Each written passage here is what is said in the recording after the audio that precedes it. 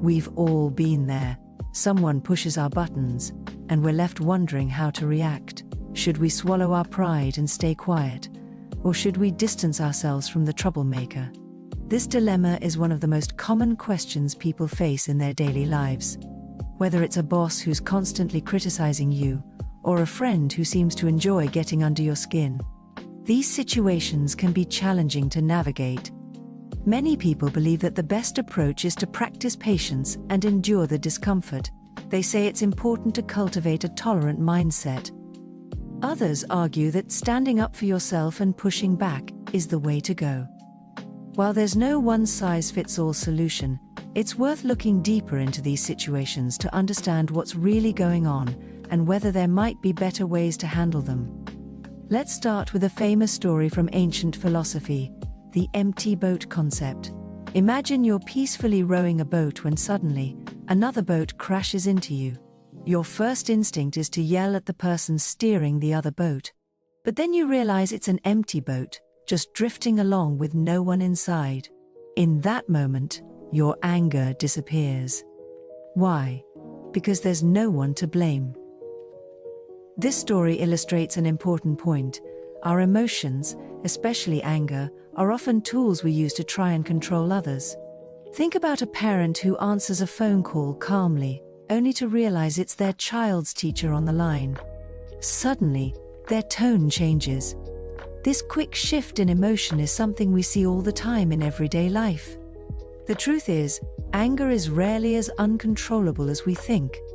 It's more like a switch we can turn on and off, depending on the situation. Most of the time, we get angry at people rather than circumstances. We become upset when things don't meet our expectations. For example, if someone scratches your car but immediately apologizes and offers to pay for the damage, you're less likely to get angry. The situation is the same, but your reaction changes based on how the other person responds. Here's something to consider.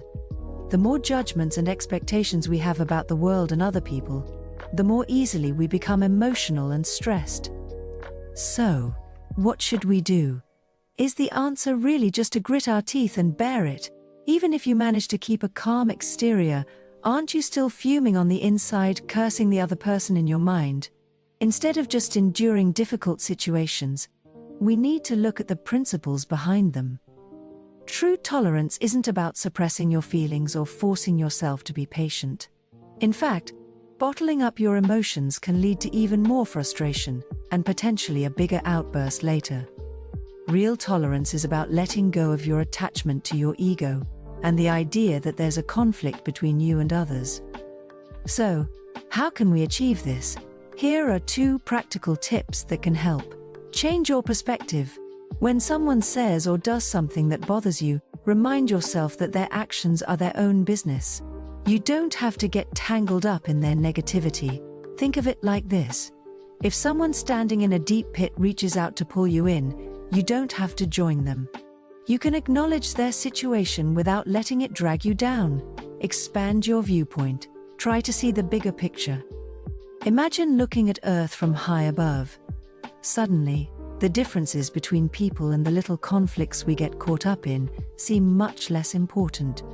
Many astronauts report feeling a sense of unity with all humanity after seeing Earth from space. While we can't all go to space, we can practice this kind of broad, inclusive thinking in our daily lives. When you find yourself getting emotional, the simplest method is to pause your thoughts and focus on the present moment. Observe yourself as if from a distance, without judgment. If you feel angry, just note to yourself, "I think I'm feeling angry now." This simple act of awareness often reduces the intensity of the emotion significantly. Another helpful technique is to bring your attention to your body and breath. If you're holding your phone right now, take a moment to notice how it feels. Is it cool or warm? Smooth or rough? Even during an argument, you can pull yourself back to observe the other person's expressions and words without getting caught up in the heat of the moment. With practice, you'll find that your mind becomes calmer and your thoughts less intrusive. It's like applying the brakes to your busy mind, giving you more control over your reactions. Now, Let's dig a little deeper into why we react the way we do. Often, our anger or frustration stems from a desire to control situations or people. We have an idea of how things should be, and when reality doesn't match up, we get upset. But here's the thing, we can't control everything, and trying to do so only leads to more stress and conflict. Instead of trying to change others or force situations to fit our expectations, we can work on changing our own perspective. This doesn't mean becoming a pushover or letting people walk all over you. It means responding to challenges with wisdom and compassion, both for yourself and others. Think about it this way, when two people are in conflict, who has more to lose? The person who's happy and successful in their life, or the person who's struggling and lashing out? Often, it's the person who's doing well who has more to lose by engaging in petty conflicts. By stepping back and choosing not to engage, you're not just avoiding a fight, you're protecting your own peace and well-being. This approach requires practice and patience. It's not about ignoring problems or pretending everything is fine when it's not. It's about responding to challenges in a way that doesn't compromise your own values or well-being. When you encounter difficulty, try to see it as an opportunity for growth rather than a threat. Remember, true strength isn't about dominating others or always having the last word. It's about maintaining your inner peace and integrity, even in the face of adversity. By cultivating this kind of inner strength, you become less reactive to external provocations and more in control of your own emotions and actions. Another important aspect of dealing with difficult people is understanding that everyone is fighting their own battles. The person who's giving you a hard time might be going through something you know nothing about. This doesn't excuse bad behavior, but it can help you approach the situation with more empathy and less personal resentment. Practicing this kind of understanding doesn't mean you have to be best friends with everyone or tolerate abusive behavior. It simply means approaching interactions with an open mind and a willingness to see beyond surface-level conflicts. As you work on developing these skills, you might find that your relationships improve across the board. When you're less reactive and more understanding, people often respond in kind. You might even find that some of the people you once found difficult become easier to deal with as your own attitude shifts. Remember, the goal isn't to never feel angry or frustrated. These are normal human emotions, and they can sometimes serve a purpose. The goal is to have more control over how you respond to these feelings, so they don't control you or lead you to actions you'll later regret. In the end, true compassion isn't about forcing yourself to like everyone or agree with everything they do. It's about accepting things as they are, including yourself, others, and all situations, both good and bad. It's about having an open mind and seeing all beings as connected to you, responding with kindness rather than judgment whenever possible. This doesn't mean you become a doormat or never stand up for yourself. Instead, it means you approach conflicts and challenges from a place of wisdom and understanding, rather than knee-jerk reactions. You can still set boundaries, express your needs, and work towards solutions, but you do so from a place of inner calm rather than agitation. By maintaining awareness and accepting things as they are, you can navigate difficult situations more peacefully and wisely.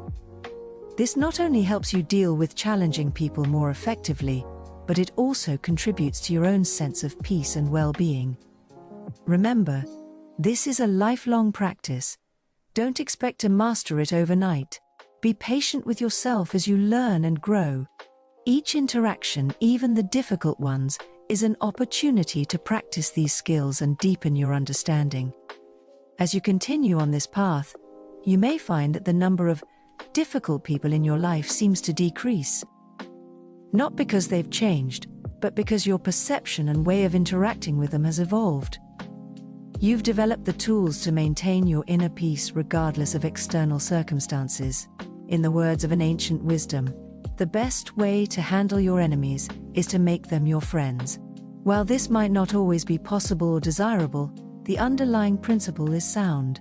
By approaching conflicts with understanding and compassion, we often find that solutions arise naturally and relationships improve.